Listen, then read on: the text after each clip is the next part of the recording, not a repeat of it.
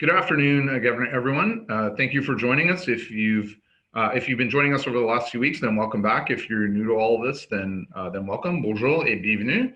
Si vous avez nous joindre pour nos autres webinaires, merci. Si c'est votre première fois, très bien. On espère que vous trouvez la valeur aujourd'hui. I'm Mark Healy. I'm the Executive Director at the Ivey Academy. That's the Learning and Development Wing here at Ivey Business School in London. Je suis le chef d'éducation exécutif à l'école de commerce Ivey à l'Université Western en Ontario. Well, you know, we've talked a lot in the last few weeks, the last few months about the pandemic, about effects across the economy.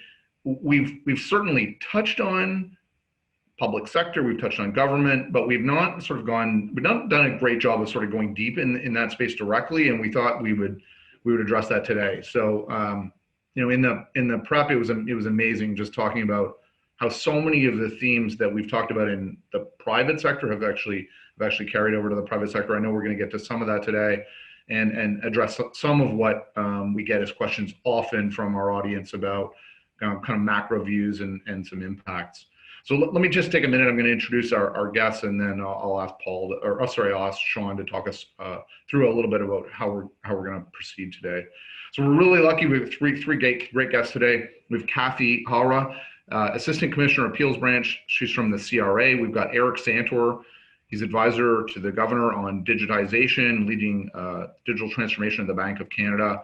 And we have Ivey's own Paul Boothe with us. He's a professor with us and has spent a lot of time in the public sector in various roles. In fact, has been sort of instrumental in in helping us get closer to the public sector. We think it's a point of difference for the school. We're deeper than a lot of business schools in Ottawa, at Queen's Park, in Alberta, and some other places. And we're lucky Paul's with us too. So Sean, just over to you for a minute on anything special about how this session is going to run today. Sure. Thanks, Mark. Welcome back, everyone. So today, please feel free to ask and vote on questions during the broadcast. We'll be watching for questions with the most upvotes, so it helps to get your submissions in early. If you haven't joined us before, just click the Q&A icon at the bottom of your window to open that interface. All of our past broadcasts are posted online. So to anyone tuned in on YouTube, you can also register to participate in upcoming sessions at iveyacademy.com/events. Thanks for joining us. Merci.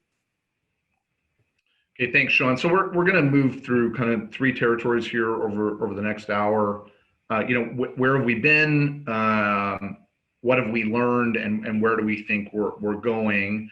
But before we kind of dive in there, Paul, I was hoping we could start with you for just sort of a macro view. Would love to hear your point of view on, how's the government managing from, sort of from a fiscal perspective? And of course we get this question, which I know we're a bit reticent to comment directly on, but I know you have some comments on it, which is, how are we going to sort of pay for all of this when all is said and done? So maybe to you for opening comments, please. Okay, thanks, Mark.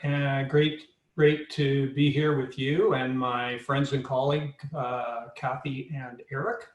I mean, there's no question the pandemic's caused a mobilization of the public sector that's really unprecedented in peacetime. And that goes from frontline workers right up to senior executives in federal, provincial, and municipal governments. Public servants have been operating under a lot of pressure in the face of great uncertainty.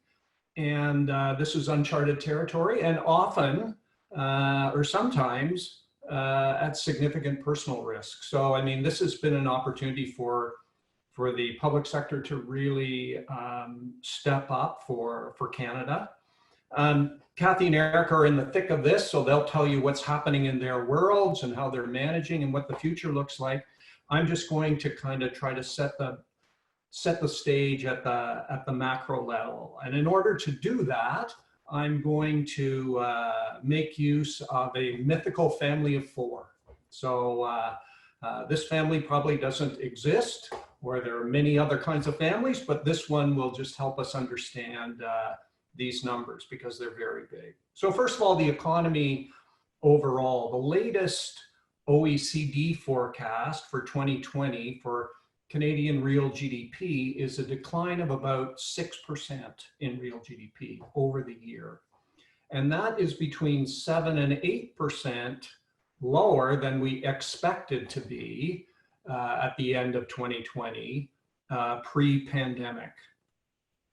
So the OECD thinks that in 2021, the economy will bounce back by about 4%, but that means that we will still be at the end of 2021 about 5% below where we thought we would be. So all these percents, what do they mean? Well, to put them in context, nominal GDP pre-pandemic was about $2.2 trillion for Canada. And so a 5% gap is about 100 billion. So that translates into $11,000 per family of four. And if we go back just to our pre-pandemic growth rates at the end of 2021, that $11,000 per family, that's permanent. That's gone every year as we go forward. So, you know, economically, it's hard to understate the magnitude of this shift. So let's turn to the individual parts of the economy. Obviously, if you're working in the hospitality or the travel sector, you may be very hard hit. If you're a teacher or an office worker, maybe less so. But for governments, this decline's had a big impact on revenues. So I've been using RBC estimates. There's lots of estimates out there, but RBC estimates for 2020 that federal government revenues will be down by about 20%. And at the same time, providing support for workers and firms and deploying all the pandemic-related services has really kind of exploded government spending. And for example, for the federal government, RBC estimates an increase of almost 60% in program spending compared to last year. So this adds up to a really big hit to government's bottom line. You know, when we look at the federal government, the current estimates by RBC are for a deficit in the $350 billion range. That's about $40,000 for each family of four. It's a big number, right? And when you add provincial deficits, which are expected to add up to another $90 billion, that adds another $10 billion. So really, to fight the pandemic, provincial and federal governments are borrowing about $50,000 for every family of four this year. So that's a big number. Now, all these projections are really based on current programs only. And to the extent that governments bring in more programs this year, then we're going to see bigger numbers than that. But, you know, we'll really have to wait and to see what Parliament and provincial legislatures say about that. You know, if we look at recent history, say 2008-9 recession, what we see is that about 60% of the deficits that governments ran actually happened in the years following the year of the recession. So, you know, I think that we can expect very large deficits by governments in the next, say, 4 years, and hopefully they'll be declining. But of course, again, we'll have to wait and see what federal and provincial budgets say about that. So just to finish up, I mean, the question that this all raises is, where does the money come from? Ultimately, there's three choices.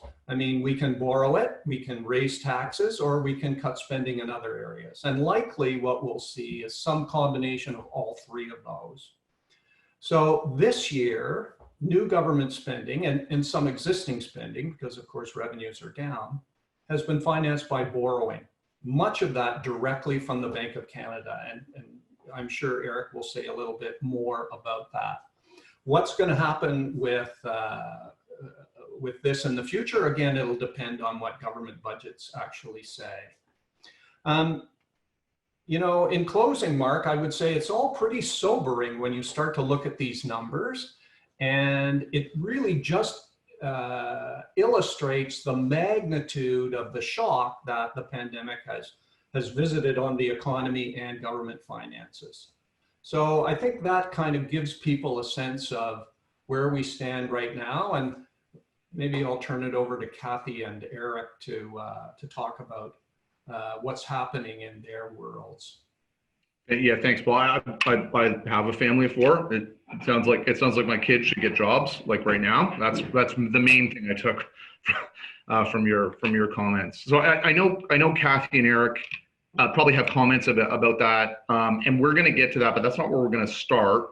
We're gonna start a little more micro and sort of work our way back out. So Cathy, I was hoping we could start with you, and I was particularly struck in the prep by the scale of the change. You know, things that we've heard about with some of our private sector colleagues, similarities, just but at a much bigger number. So could you just talk a little bit about sort of what happened at CRA? Like how have you guys been managing for the last few months? Sure. Yeah. Thanks, Mark. And thanks for having me today. I'm happy to share my thoughts, some of my personal observations, not here speaking on behalf of the agency, but certainly have had a front row seat and can comment. I think, you know, Paul has done a great job of setting this up. This has been absolutely unprecedented. And as public servants, we always like to look back and say, okay, what did we do last time and how can we build on that? And the agency has had a lot of experience in the past in terms of supporting taxpayers who may be facing some really difficult situations, including natural disasters. I'm thinking wildfires, floods, people who are actually displaced. And so we've been in this place before where people couldn't meet their tax obligations and we needed to help. But clearly the pandemic needed us to act on a whole other level. The other point I'll make just before starting is we think about the agency as being the tax collector. You know, we collect taxes, but actually the agency has another quite fundamental role that we play in terms of the benefit system, the benefits that we administer on behalf of all levels of government in Canada. And that's actually the part of the agency or the role of the agency that has been driving the work over the last 6 months. So, you know, in March, when the pandemic was declared, we were in the middle of the tax filing season, you might remember, and the vast majority of our employees, 40,000 plus, worked from our offices. Very few of them, I don't have the exact numbers, but very few of them were equipped to work remotely. And all of that essentially changed overnight. And we had to implement, I would say in record time, these measures that the government announced. We had to, we extended filing deadlines, we extended payment deadlines. In fact, yesterday was the deadline for paying your taxes for 2019. If somebody hasn't done it yet, that was yesterday. And we had to suspend a large portion of our activities. I mean, a large number of our workforce are auditors and collectors, and now was not the time to be out auditing and collecting. And so basically what we did is we shifted from a posture where we could focus on our critical services, the delivery of our critical services, which is basically everything having to do with benefits, and implementing the government's emergency measures. Everything else had to wait. We've since entered a period of business resumption. I'll just mention that really quickly now. There was that critical services phase. Over the course of the summer, we have entered a business resumption phase where we are slowly and thoughtfully and deliberately reintroducing some of our activities where taxpayers are ready for them and where our employees are ready for them, and being very mindful of the impact that we might have on other parts of the agency. So while all of that is happening, we've got these 40,000 people who have basically turned into a virtual remote workforce essentially overnight. And so we had to increase our capacity to connect remotely. We had to equip employees to work from home efficiently, but also safely. I mean, we had to think about those things. We have obligations, and we wanted to keep our employees safe. And then we needed to work through some really practical issues, like how do we actually communicate with taxpayers from our homes? There are rules around what you can communicate over cell phones, and a lot of people don't have landlines anymore. And so all of these, and what about the signatures? We actually require wet signatures on so many of our forms. And so there were all of these issues that we needed to tackle one by one in a really thoughtful and deliberate way, so that we remove the obstacles that were getting in the way of our employees working efficiently. And I guess the last thing I would say before turning it back is, this was unprecedented. There wasn't, we looked at past precedents, but none of them, were really telling in terms of what needed to be done. And we just didn't have the luxury of time. And so that meant that we needed to take a different approach to how we were going to do things. We're really good, I think, in the government in general, in terms of developing proposals, testing proposals, piloting.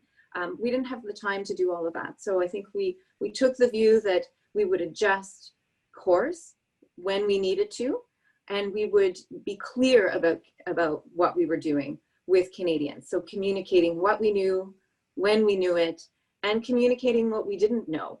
And I think that builds trust. I dare say that I think that builds trust. And we did it with our own employees as well. And if you think about it, just last point, the CERB that everybody knows about is an adjustment, because when the Prime Minister made the announcement originally in March, he announced two benefits, one for support, one for caregivers and one for people out of work. And eventually what was announced was the CERB, which was a single program. And so I think all of government has taken this approach of adjusting as required and communicating as much as we could. So I'll stop there, Mark, if that's okay. Yeah, that's great. Again, the scale of that 40,000 employees. We hear lots about 20 and 50 and 250 employees, but 40,000 is scale of that is unbelievable.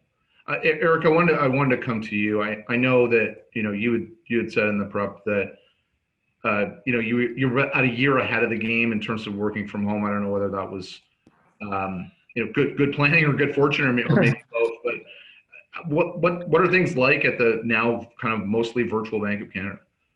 Right. So thank you very much for being here. It's really wonderful to have this opportunity to speak. Just setting the frame, as Paul set out, this was an unprecedented, and as Cathy also mentioned, unprecedented economic time. We really hadn't, unprecedented in so many ways that things had to be done. Fortunately or unfortunately, in many respects, I know the global financial crisis had provided some elements of what might need to be done. And so, as things deteriorated back in March of this year, we saw, pressures and vulnerabilities rising in financial markets, tensions, illiquidity. We saw the economy was slowing dramatically. And so the bank undertook a bunch of measures. And before I go any further, I'll just say the views I'm about to express here are those of myself and do not represent the Bank of Canada nor the Government Council. So we did a lot, to help support, and pursuance of our mandate, which is to promote the economic and financial well-being of Canada and Canadians and achieve our mandate of inflation target of 2% over horizon. And so we lowered our policy interest rates. And unlike the global financial crisis, we had to do more this time. And so we established a set of asset purchase programs, liquidity facilities that really took us into territory we hadn't been before. So we were buying government debt from various other provincial, the government level, providing liquidity facilities to banks. And while this was new to us, one of the very interesting things is that most other major central banks had to do this during the previous financial crisis. And so we had spent a decade trying to learn what others had done. So if we ever had to do it ourselves, we'd be well positioned to do for. So we had to take a lot of policy action to support the economy and the financial system. And, we've seen that, play out over the last, since March. Now we did all this remotely, essentially. And so what happened was in the middle of March, we all went remote. 95% of the banks, between 90 and 95% of the bank staff on any given day was going to be working remotely. Fortunately, we made an investment about a year earlier to expand the VPN and internet remote working capability of the bank, where every employee would be able to join remotely on a secure link in order to do their work and work virtually. And what was really interesting is we actually had a trial run of all this in February of this year. There was a major snowstorm in Ottawa, and the city of Ottawa asked, major employees not to work remotely if you could. And so we had a nice test run where we were able to have everybody working online, all 1,500 employees, go on and work without delays or latency or other things like this. So we were well prepared. The other part of that, we were always proactively introducing collaboration tools to work successfully. And so we were ready to go. We already been using SharePoint. We're already on business, Skype for Business. Now we're on Teams as well. And so we had competency, and we were being trained up and had the capacity to use these tools. Because what's so very interesting about working remotely, it's not the same. It's a different environment, and being able to use the technology effectively requires, learning by doing. We had an opportunity to do that.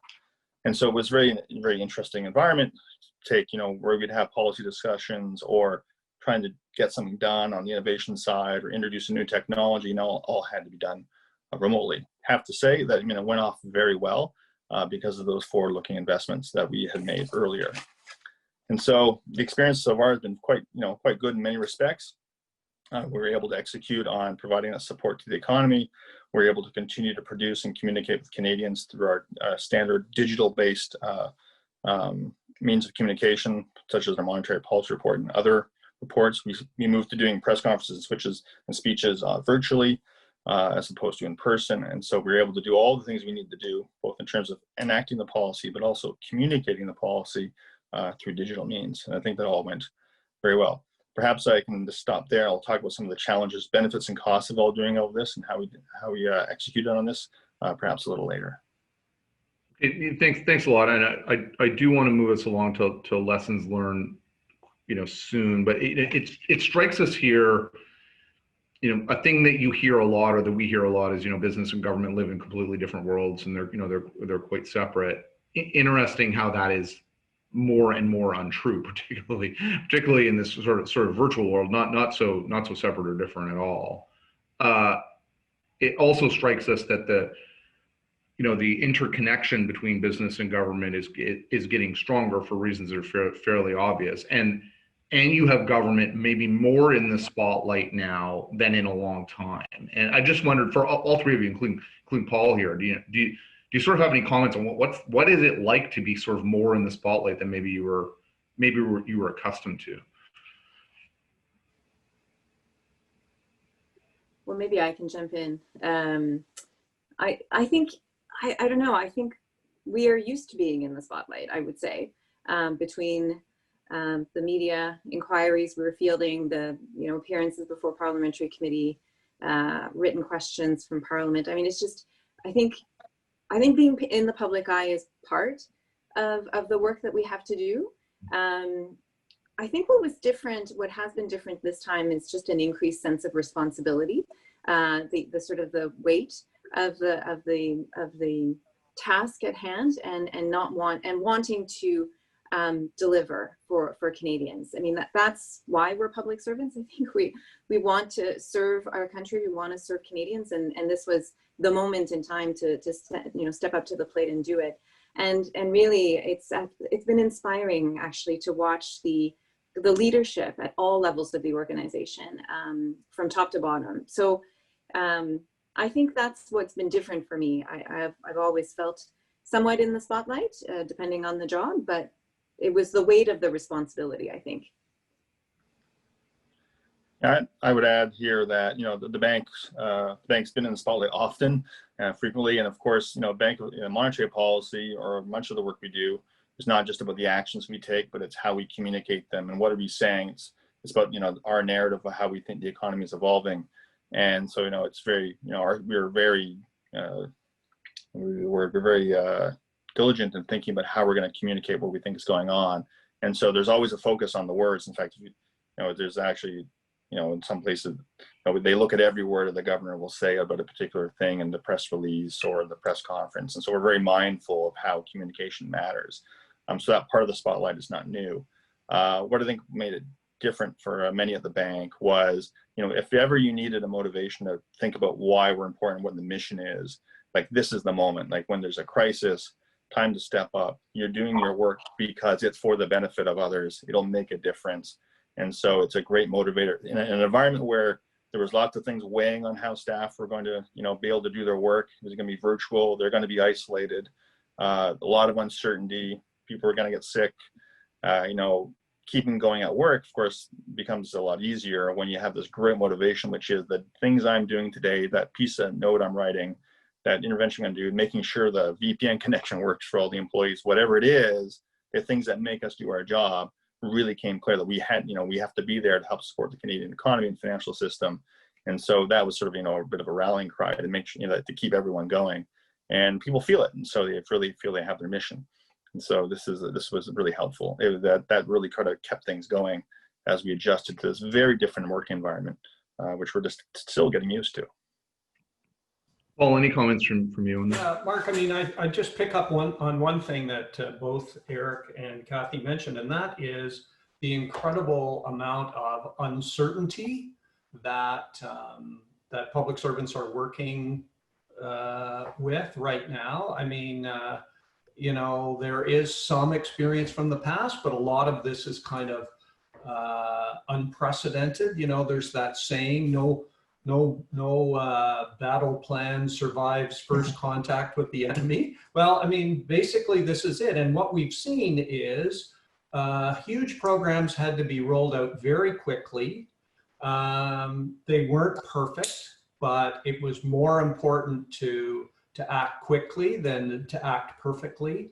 And I think that this is not the nature of the work of public service. Usually in the public service, it's a kind of, in the political world, it is a zero tolerance for errors.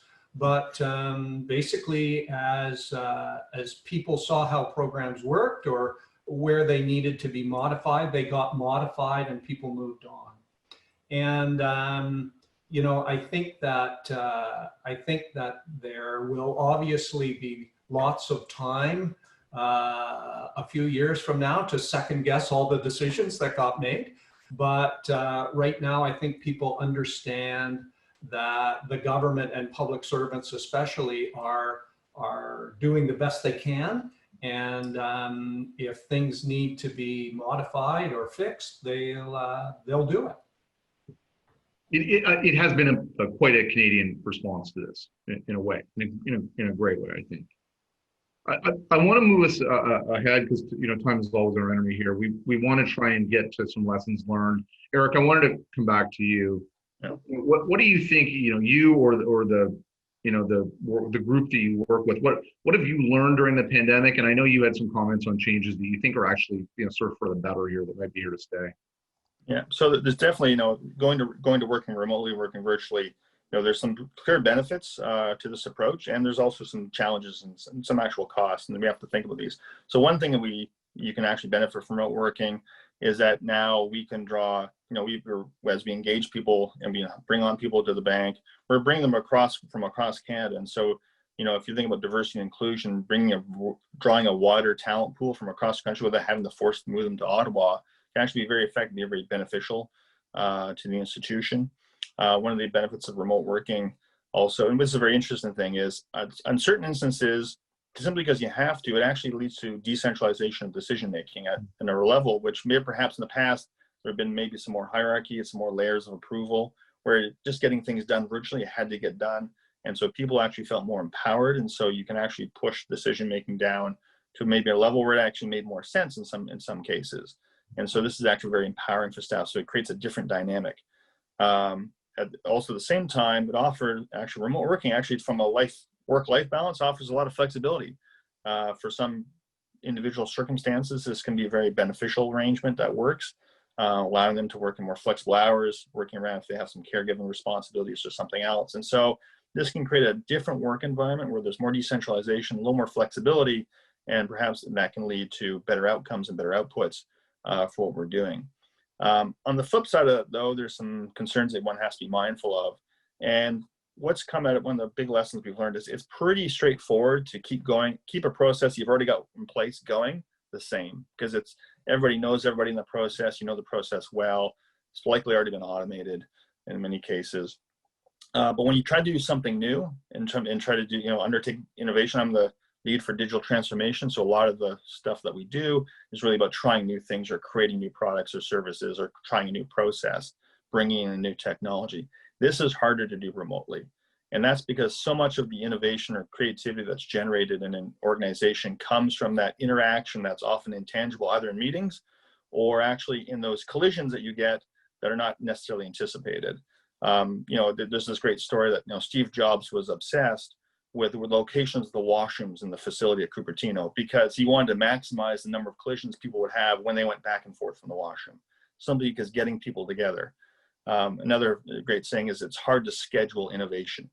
That is, if you try to have a Zoom meeting or a Teams meeting I'm going to do the innovation now, doesn't work as well as the sort of organic, intangible creativity that can happen in a room, or the colleagues who suddenly have an idea from that collision that they have. And so what we're learning is we have to adjust. And so we have to rethink about how we're going to try and innovate in a virtual world when they try to replicate or at least substitute some way that intangible benefit you get from being in front of people, because that's all. And then when we talk to tech leaders, I spend a lot of time talking to tech startups or people on the tech side on the digital economy. That's their big concern right now too. And so there's a big question in front of us is, do we want to, when things start to normalize eventually, do we want to, some big firms like Shopify have decided they're going completely remote. Other firms have decided, no, we have to go back the day we can. And is there some, hybrid in between the two that would make sense, working in a virtual world, given that we have the technology, given that we can do certain things very well remotely, get the benefits while sort of mitigating some of those other things. So it's an open question of where we're going to go right now as the pandemic moves on. But certainly it's a fascinating time to think about how we can organize our work, given the technology that we have in our ways of working. Thanks. That actually addresses one of the questions that came in through the Q&A. It's from a public servant named Fraser, who's asking about innovation and some of the difficulties of doing that remotely.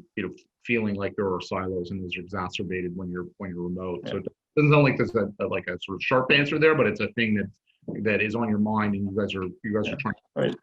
I'll be honest. It's harder to innovate. I mean, we're learning how to do it right now, so it gets harder. We're hopefully mitigating this over time, but right now it's a bit harder to do, and so we're working on how we can regain the ability to innovate just as we did before. So Cathy, let's come to you on this, on lessons learned. You talked a bit about transformation. I would imagine things have accelerated a bit, and maybe you could comment on that. Anything else that you think you've taken away from all of this? Yeah, we've definitely seen tremendous acceleration of a whole range of things within the agency over the past 6 months. We've, over the last year and a bit, we've been moving forward with a service transformation. We recently launched announced a new vision for the agency, and the vision was of being trusted, fair, and helpful by putting people first. So that last part, putting people first, we were sort of on a culture shift mission, to make that more real for our employees. Well, what does that mean to put people first if you're an auditor or a collector or a call center agent or an appeals officer?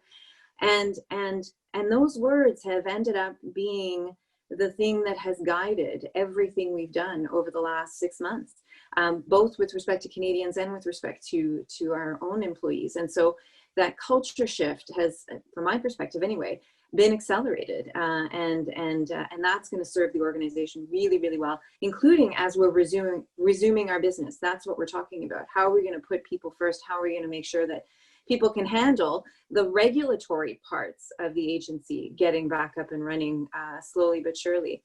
I think the other acceleration is around paper, and Eric's talked about digital services. The agency's been around for a long time, and the tax processing world has been around for a long time, and so many parts of the organization are still paper-based. That's one of the reasons why people are going into the office right now. It's because of the paper, and we are absolutely accelerating that sort of move away from paper, offering as many electronic services as we can. It's going to take a little bit of time, but we've got sort of short-term, medium-term, and long-term goals from that perspective. So certainly it has brought that into sharp, relief for us, or contrast for us. And I, like Eric, we had been doing some thinking about the future of work and what other kinds of virtual work arrangements might be available for our employees. And what does that mean in terms of our workspace and how we design our workspaces into the future. And I think we had some apprehensions maybe, or assumptions or biases around, could this kind of work that we do in the agency be done remotely? And so I think that was holding us back perhaps a little bit. Or a lot, maybe some people might say. But that obviously has been completely challenged, right, over the last 6 months. I mean, I'm here in my office. There's 3 people from my branch who go into the office on a regular basis. Otherwise, we're mainly working remotely. And so I think the trick is going to be avoiding the temptation to go back. And like Eric, I think I'm more in a world of a hybrid solution because of that human contact, the creativity that comes from it. But there's been acceleration on a number of fronts within the agency, and there's a desire, I think, at all levels of the organization to keep it going. And as a wise person in the organization said, it's like we've stretched out the rubber band, and we want to make sure that we don't just let it snap back into place. So that's what we're focused on now. There's a question here in the Q&A about culture. You've both touched on it. It's a bit long to read it sort of directly, but it kind of gets at this idea of, are we likely to see a culture change within within government as a result of what's going on, and this kind of recent historical notion of moving from folks around, from department to department. So I'd ask you, I guess, both to comment on this as you see fit. What I would say is, just generally, I'm not going to make a public sector comment, but we're obsessed with our own culture here, and we're obsessed with working with clients. Our belief is there's no question culture shift, and you either manage it or it sort of happens to you. And so we're desperately trying to make sure it doesn't happen to us here, and working really hard with our clients. I work with some private sector firms that are pretty good at culture too, trying to make sure that we're really deliberate in the steps that we're taking, because to sort of pretend it's not happening is a bit silly. I don't know, Cathy, if you have a comment on that. But. Yeah, I think that's right, and it kind of lines up with some other thoughts I was having around leadership and the role that we play as leaders in terms of influencing that culture and the shift. And it's not something that's going to happen by itself, and we're not going to be able to rely on the usual leadership tools and approaches that we use, because we're not visible anymore. We're not in the office. People don't see us.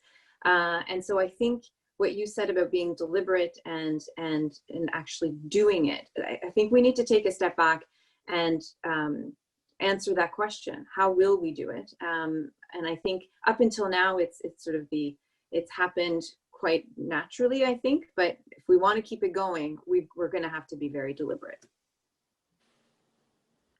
Yeah, I could add to that. I mean, prior to COVID, we were already underway and going from, an institution that was exploring digital to more of an institution doing digital. And along with that, this is not just about the tech. It's not about bringing in great machine learning algorithms and big data or robotic process automation. It's really about changing how we work. And what COVID-19 has done has accelerated all those trends and the need to work exactly in those ways, which are agile, lean, decentralized decision-making where possible, allowing people to experiment, fail fast and succeed fast, and knowing that there's an iterative approach as opposed to waterfall. Iterative approach which says, we're going to try this. It's not going to be 100% perfect the first time. We'll iterate around that to make it better, and we'll keep going so we get it done, so we can execute on it. And so that cultural transformation, COVID, the pandemic reinforced the need to be like that. And so as we come out of this, we need to, keep those lessons and build on it and push that simple idea that, we need to take risk in the appropriate way. But that means we should take some risks when we do things to make sure that, we can experiment to innovate on that margin and not be held back by some process that's been around for too long, or just inertia of that's how things are done, and we have to always do them that way. And so that's what defines a digital institution, a digital organization. So we need to try and embed, we need to live that, continue to live that. And COVID provides all the incentive to do so. I mean, I guess there are, everyone talks about silver linings, and sometimes I kind of roll my eyes at that, but I do think there are in these cases, sort of tangible benefits that this has been the impetus. That it probably would have been years before they'd come about. I want to move us into our last territory, which is kind of where do we go from here? What comes next? It's amazing. It took 2 or 3 weeks to put this together. Even in those 2 or 3 weeks, I think we've gotten, a little bit more of a hint of what's to come. And Cathy, maybe we can start with you. One of the questions we had here is about whether supports are going to continue. We already know that some supports are going to continue, and just how do you imagine you're going to continue to manage changes as they come, because the change isn't over yet. Yeah. And that's actually what we're asking ourselves right now, as a management team. How do we manage the next 6 months given what the last 6 months looked like? So yeah, you're right. We all saw the speech from the throne. We saw the Bill C4 that's before Parliament right now. So it looks like there will be other supports, and it looks like the CRA will have a role to play in that. So I think we'll be able to build on the really good work that we've done up until now. But I think it's sort of what I was saying before. We do have to take a bit of a step back as leaders and figure out how we're going to do it. We've got a second wave happening in lots of parts of the country. The last 6 months have been long, and they've been demanding, not just because of what we've been asked to do, but also because of how we've been doing it. And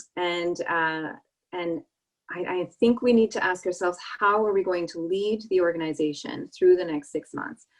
We can keep doing what we're doing, but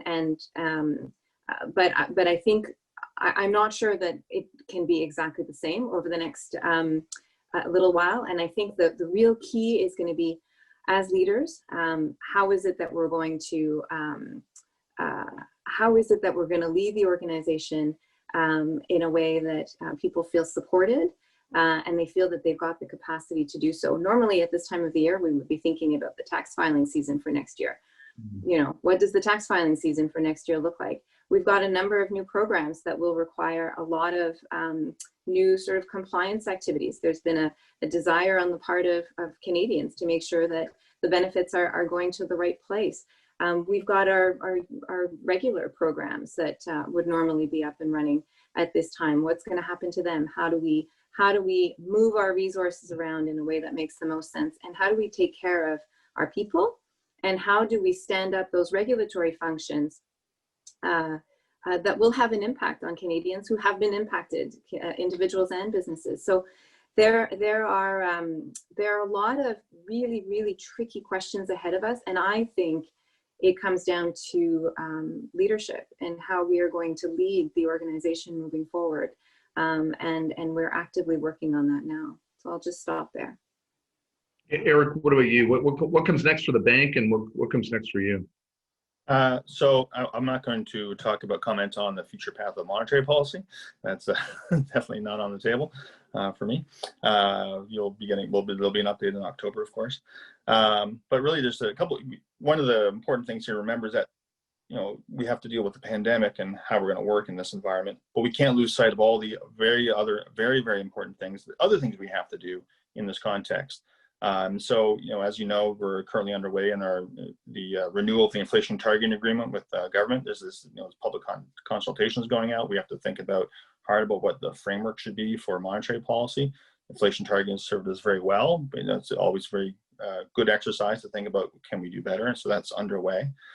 From the institutional point of view, we have to think about how as we're settling into this rhythm of working remotely, are we making sure that about the well-being of our employees, that we're making sure they're taken care of, they're connected.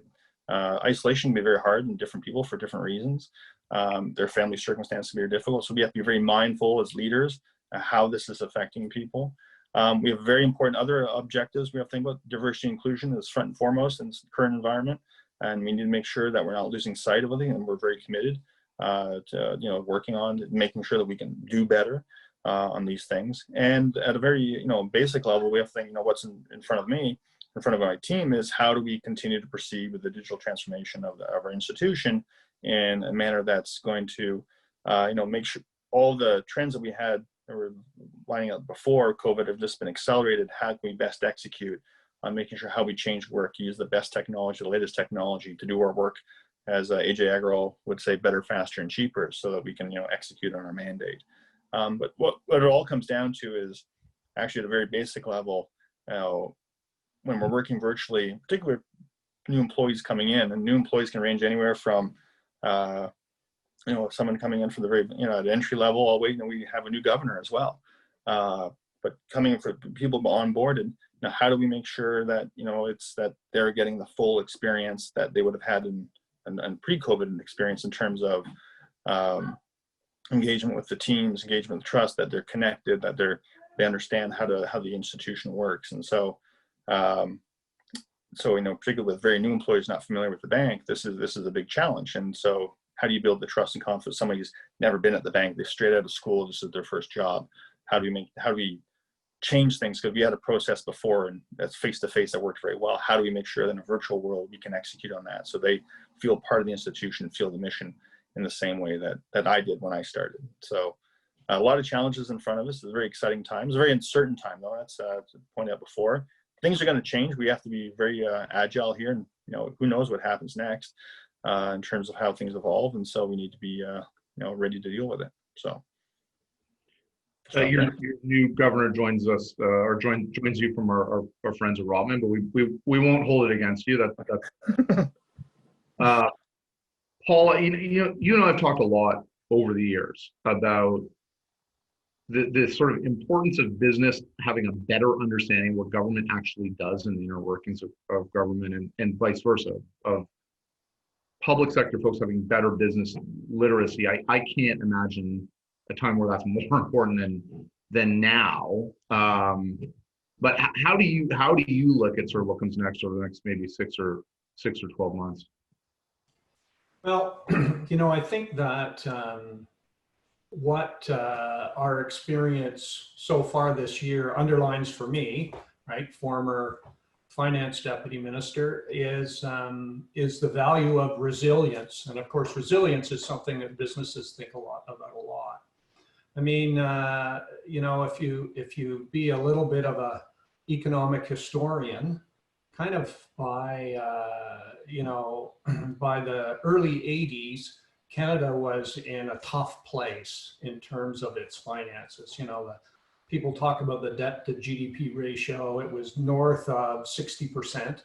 And basically what happened was, over the next 15 years, a succession of governments worked to fight that down and to make our finances more resilient. So, Prime Minister Mulroney started that, changed the tax system, had a big review of spending. Prime Minister Chrétien, big review of spending again, and gradually over time they got that down. Prime Minister Harper kept it down, and yet when we had the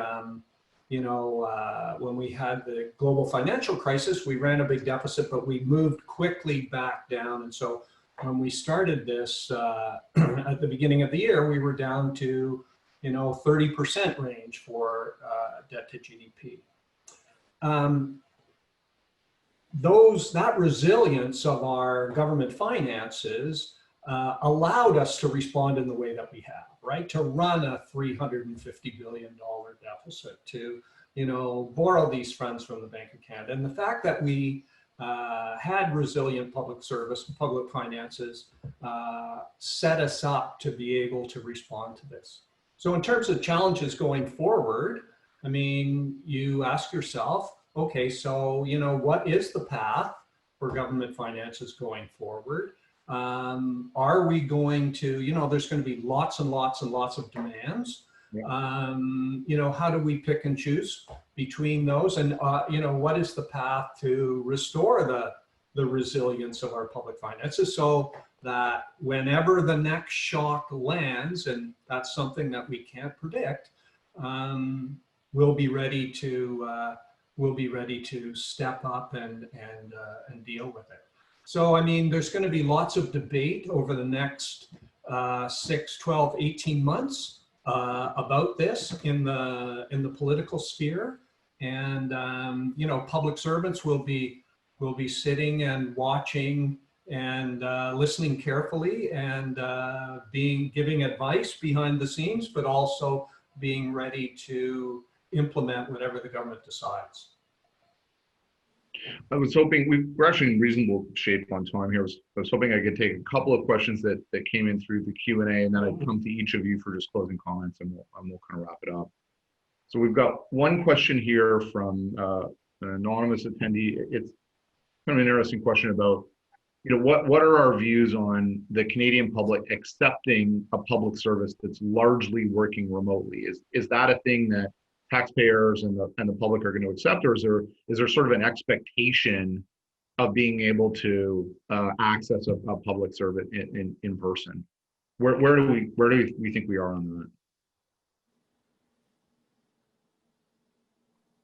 I think there will always be, you know, if we're thinking about frontline workers, my sense is that will carry on. It's more the back office, people like me who, you know, don't have to interact with taxpayers on a regular basis. You know, value for money is still going to be front and center. And I think to the extent that we can work remotely efficiently, then hopefully that drives value for money in lots of different ways. So it's an interesting question. But, you know, we have a lot of, my husband works for the CBSA, but you know, those are public servants. They're on the front lines. They're still going in, and I think that will definitely continue.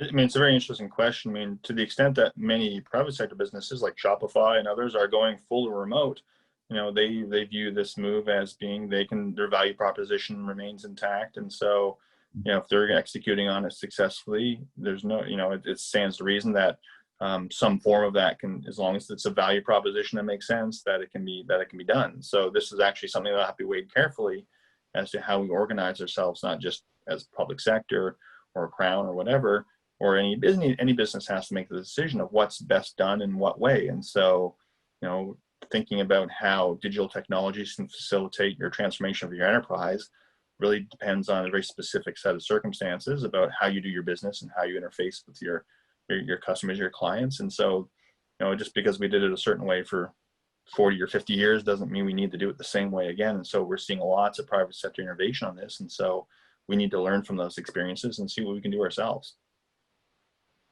Mark, I think I would just add one thing, and that is, I think it's important for people in the public to understand that the fact that, you know, people like Mark and like Eric and Cathy and the folks that they work with, their ability to change quickly to remote work is part of the resilience that we were talking about. And that is what made, just imagine if they weren't able to make that transformation, and yet people couldn't go to work.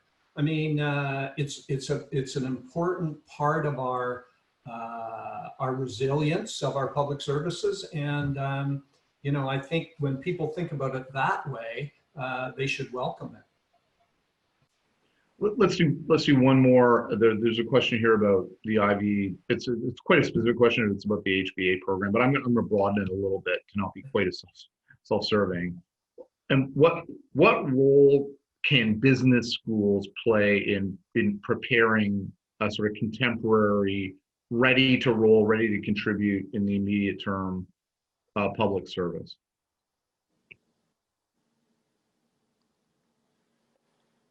Sorry, so I missed part of the question. Did you say business schools?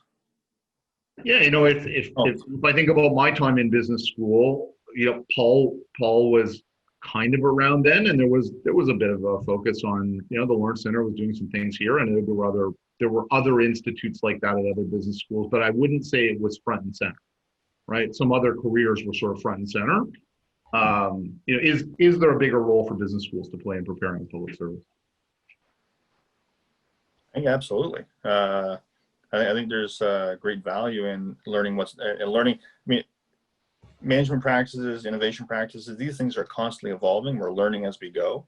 And to the extent that we are both aware of them, can be trained, can take advantage of those things, can benefit from the insight that's gained. This is all just a net positive. I mean, it makes complete sense that there's so much great work going on out there that helps you better navigate the current environment we're in by certain practices, certain management techniques, where it's going. And the lessons from that, it makes a lot of sense that we can leverage that and many other disciplines as well. So it's we're all learning as we go here, and so the more we can learn, the better. It makes me think about character leadership and the work that Dr. Crossan has been doing, which we have incorporated in our own HR processes and structures within the agency. And so, yeah, completely agree. I think there is a role to play, and that's a perfect example where we've drawn from the business school. We're just about at time, so I want to wrap up. I want to make sure everybody gets a chance to have the last word. Cathy, I know you're tight on the top of the hour, so maybe to you first for the last word. Any closing comments from you? No, just to say, thank you. First of all, as I was preparing for this, what has really struck me over the last few months is I think Canadians not only have a better understanding of, or a better appreciation for what their government, their public service does for them, but the CRA in particular. And hopefully that dual role that we play as tax administrator and benefits administrator will be much more front and center in people's minds. I think that's going to be really important. The other thing that has kind of come out of all of this is the link between paying your taxes and being able to fund all of the kinds of measures that we've seen. And so I think part of the it's something that we can build on. It's something that the agency, I think, needs to capitalize on somehow as in its way forward. But certainly has been one of those benefits. You talked about one of the benefits of this time that we're in. I think that kind of profile and understanding of what we do and what we can contribute is hugely helpful to the country as a whole. So thank you again for having me today. Yeah, thank you. I mean, that comment that you made has really stayed with me for a week, right? Like we hope people understand this is why they pay taxes. That really has stayed with me. Eric, how about you for a last word? Yeah, just really quickly, thank you very much again for the opportunity to share our experience, share my experience of how we've managed over the last 6 months. It forced me to reflect on how we've been doing, what we can do, what we've done well, what we need to work on, and start thinking, always thinking hard about where we're going to go next, and then sharing that experience with my co-panelists and with the audience. Hopefully that will spark some conversations and some thoughts, and I know it certainly has for me. So as we continue to execute our mandate to promote the economic and financial well-being of Canadians, this is part of this process of communicating our story and my story and communicating with others to figure out how we can do this better. Always. Thanks. Thanks. Paul, any closing comments from you? Well, just to say, Mark, as a former senior public servant, I'm proud. I'm not surprised, but I'm proud at the way that public servants have been able to manage in this time.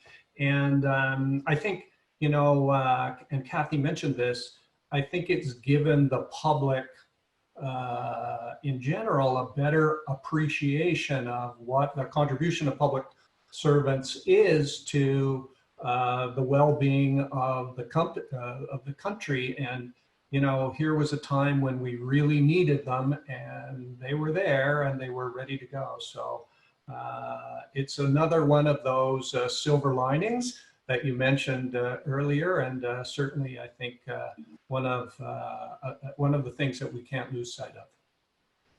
we're up against it.